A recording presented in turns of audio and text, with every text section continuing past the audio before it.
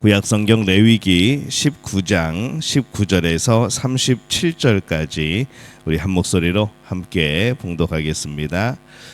너희는 내 규례를 지킬지어다. 내 가축을 다른 종류와 교미시키지 말며 내 밭에 두 종자를 섞어 뿌리지 말며 두 재료로 직조한 옷을 입지 말지며 만일 어떤 사람이 다른 사람과 정혼한 여종 곧 아직 속량되거나 해방되지 못한 여인과 동침하여 설정하면 그것은 책망을 받을 일이니라.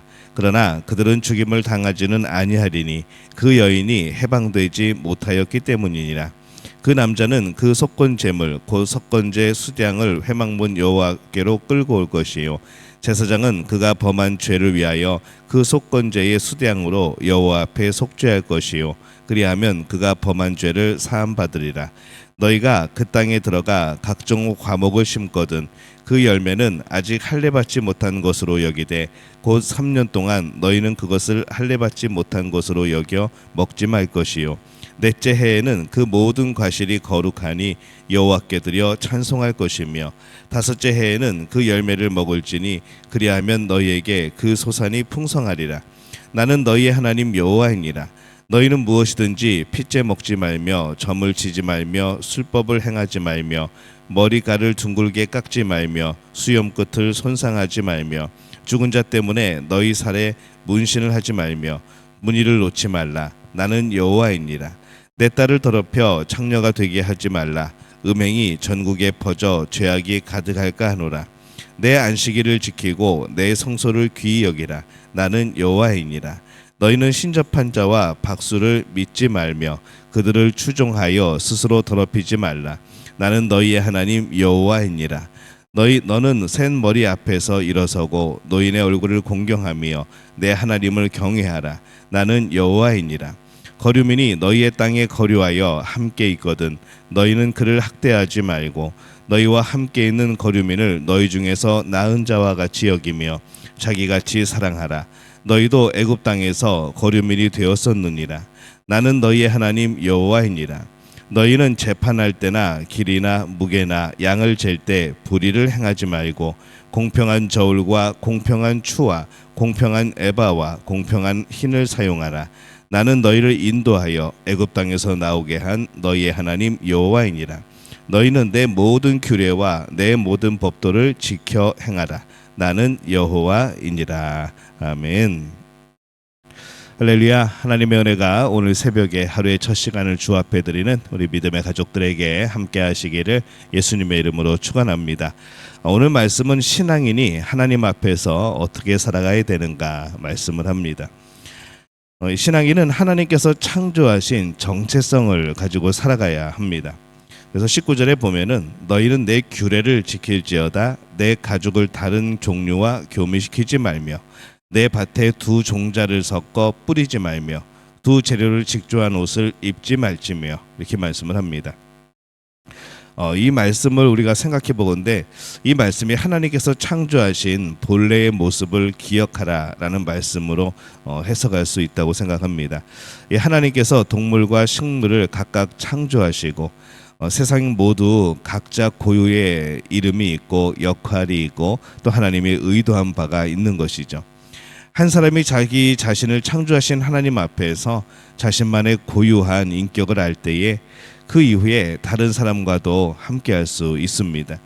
그렇기 때문에 하나님께서 창조하신 그 창조 모습 그대로 인정하고 받아들이는 것이 참 중요한 겁니다. 하나님께서 아름답게 창조하신 것을 추하게 만들지 말라라고 우리가 또 생각할 수 있죠. 특별히 육신적으로 그러합니다. 27절과 28절에 보면은 머리카락을 둥글게 깎지 말며 수염 끝을 손상하지 말며 죽은 자 때문에 너희 살에 문신하지 말며 무늬를 놓지 말라. 나는 여호와이니라. 이렇게 말씀합니다. 당시 이방 종교에서는 이 애도의 표현으로 머리를 이상하게 잘랐습니다. 또는 살에 깊은 상처를 냅니다. 이제 그런 자학적인 그런 모습이 당시에는 하나의 문화로 자리 잡고 있었던 것이죠. 근데 그게 하나님이 주신 문화가 아니라 이방 종교의 그런 문화입니다. 우리는 자신의 몸이 하나님께서 창조하신 귀한 존재라는 것을 우리는 기억해야 됩니다. 그래서 우리가 우리의 몸이라고 스스로 자학하거나 추하게 만들어서는 안 되죠. 우리는 우리의 몸을 가꿔야 됩니다. 사치는 하지 않아도 하나님께서 만드신 몸으로 아름답고 존귀하게 가꾸어지는 것, 우리가 참 그것이 필요한 것이죠. 특히 무늬를 놓지 말라라고 말씀을 합니다. 이것이 오늘날의 이제 문신과도 비슷한 그런 개념이죠. 이것도 애도와 상관이 있을 수도 있고, 아니면 그가 추종하는 신에 대한 문신일 수도 있고, 뭐 여러 가지 그런 이제 이유와 여러 가지 그런 형태가 있을 겁니다. 몸에 그러한 문신을 그리는 것은 이제 우리의 그런 피부를 상하게 하는 거죠. 요즘 문신이 많이 유행을 합니다. 근데 문신은 사람들에게 혐오감이나 그런 위협감을 줄 때가 많습니다. 아직까지 우리의 그런 개념 속에는 아직까지 그런 것들이 남아 있습니다. 이 그러한 문신은 하나님께서 아름답게 창조하신 우리의 몸을 상하고 믿게 한다는 측면에서 보면은 우리가 뭐 금지하는 것이 옳다라고 생각할 수 있습니다. 하나님께서 아름답게 창조하신 우리를 알고 지키는 것이 필요합니다. 하나님께서 우리 모두를 아름답게 창조하십니다. 그것도 보시기에 좋다고 하셨죠. 그것을 받아들이고 있는 모습, 우리가 가지고 있는 모습 그대로의 아름다움을 알고 또 인위적으로 자신의 아름다움을 파괴하지 않도록 우리가 힘쓸 그럴 필요가 있습니다. 하나님 앞에서 우리의 삶은 미래에 대해서 걱정하기보다는 오늘을 충실하게 살아가는 데에 우리의 큰 의미가 있습니다. 미래를 바라보지만 미래를 걱정하지 않는 것, 그래서 오늘을 충실하게 살며 미래를 준비하는 것, 그것이 우리의 삶인 거죠. 31절과 26절과 31절에 보면은 점을 치지 말며 술법을 행하지 말며, 또 31절에는 너희는 신접한 자와 박수를 믿지 말며 그들을 추종하여 스스로 더럽히지 말라. 나는 너희 하나님 여호와이니라. 이렇게 말씀을 합니다. 사람들은 미래에 대해서 미리 알고 싶어합니다. 그래서 이 점 치는 것을 아주 좋아하죠. 그러나 그들이 치는 점은 그 점을 보는 사람이 어떤 영에 들려서 아주 잘 맞추는 사람이라든지 아니면은 사기꾼들이 많습니다. 맞추는 것처럼 보이는 것은 다 나쁜 것이죠. 뭔가 내 삶을 알고 뭔가 내 인생을 알고 뭔가 남에게 꼭 물어봐야 되고, 그리고 뭔가 그것이 나에게 올무가 되어지고, 이제 그때부터는 그것이 뭔가 옳은 방향이 아니게 되어지는 겁니다. 사실 미래는 결정된 것이 아닙니다. 하나님은 우리에게 자유를 주셨고 우리 안에서 우리의 자유 의지대로 하나님을 고백하고 하나님께 순종하고 우리는 그렇게 살아가는 것이죠. 하나님께서 통치하실 때에도 결정된 것이 아닙니다. 미래는 우리가 인격적으로 만들어가는 것이죠. 그런데 마치 미래가 결정된 것처럼 말하는 그런 우리의 생각들, 또 우리의 그런 가끔 우리의 그런 오류들이 있습니다. 미래가 결정된 것이 아니고 그 미래가 오히려 우리를 결정되어서 올가맨다고 하면은 그것은 제대로 된 미래에 대한 우리의 생각이 아닙니다. 미래를 말하고 자신이 말한 것을 지키려는 경향 때문에 그 말에 매이는 경우가 많다는 것이죠. 어디선가 들었던 그리고 우리는 뭐 그렇진 않지만은 뭐 하루의 운세, 오늘의 운세 그래가지고 신문에 나오는 그런 것을 보면서, 인터넷에 나오는 그런 것을 보면서 와, 오늘은 조심해야 되겠네.